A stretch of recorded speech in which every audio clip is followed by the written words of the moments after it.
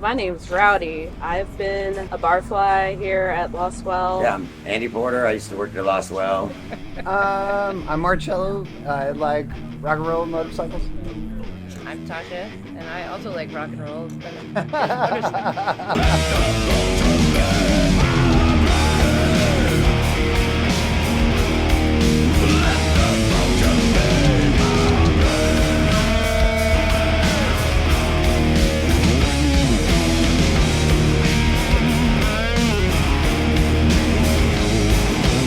Go to work, get off work, you come here, you shoot some pool with some regulars, and then your friends start rolling in, so then you start hanging out with them, and then you stay for the show. You know what I mean? It's so easy to get lost at the Lost Well. People were timid to walk through the door or whatever. Like, so much so, one time I asked Chadwick, what do those people think? What do they think about it? And he was like, yeah, they ask me all the time, that place looks scary. That's why we painted on the front of it, the friendliest bar you've ever been too scared to walk into. Try to break the ice a little bit. It was a great location. I don't know, the interior was just this crazy cave. So if it's super hot outside, you just go inside and then you're just and then you go back out to the heat, chain smoke some cigarettes or whatever the fuck. It was called the Frontier Bar. Jello and Tasha got a deal with one of the co-owners, Miguel, to take it over. And it was really cool because it went from this kind of okay live music venue to all of a sudden this booming, much better live music venue. So it was good for all of us working there. We made a lot more money, which was nice. Well, we had such a giant spectrum of people that hung out, Yeah. because we also did MotoGP Sundays and, motorcycle enthusiast events. And just so that's a total different crowd than we would have on a Friday night punk show or a Friday metal show. There's just so many awesome things that have happened. Yeah. Trying to sit back and look at it, and talk about it together. Yeah. So many, I grabbed a handful of flyers to bring here, my hands and my toes, but even that's ridiculous. Zeke, Unsane, and Weed Eater, Diamond Head.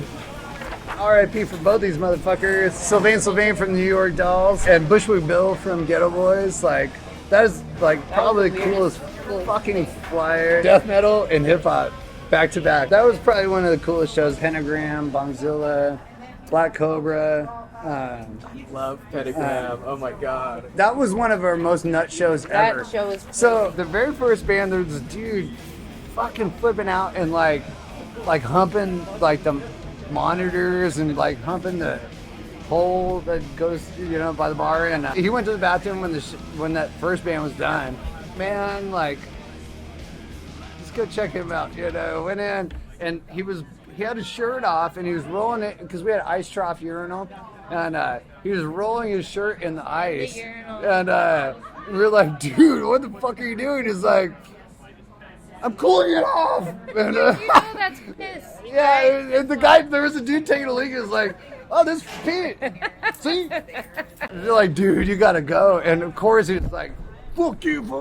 And he put his shirt back on, and but he wouldn't leave, so he had to touch him and get him out. So since then, the trough has been known as the cooling station.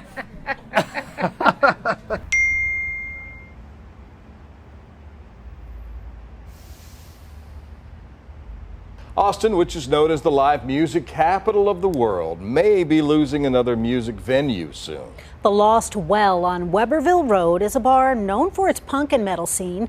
Now the property owners may be signing the building over to someone else.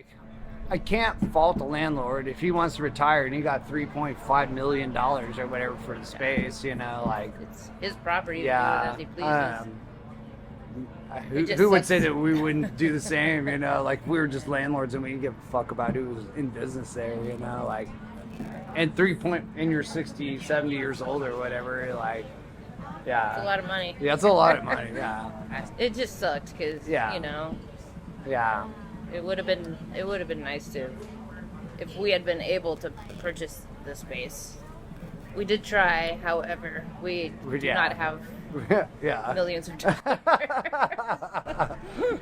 That was the one drag about him kicking us out, though. That was the only part that was kind of a bummer is that after 11 years could have fought for us a little bit, and because and the new owners change of ownership, I get it. I don't get it. I don't understand it. However, like, we could have been there paying whoever some money. Could have gave us till the end of the year at least. Because, it takes forever to get permits and all that kind of stuff, So, yeah, I don't know. Murphy told us that it's not likely that Lostwell can relocate somewhere else because it's going to be too expensive for them. But he says that this Friday on the 9th, they will be having their 11th year anniversary celebration. Last 2 months. We pretty much had 2 months. We're wild. They were wild. Yeah, I felt super bad for our staff, because poor things were just working themselves to death. We were trying to keep it together, but it was tough on all of us. We were trying to give good service, but at the same time we knew we were going to have a job. And it was weird, and then, every once in a while people come and kind of be demanding of us, and we're like, we're trying, stop. After it was announced on the news that they were going to be closing, I did attend the 11-year anniversary.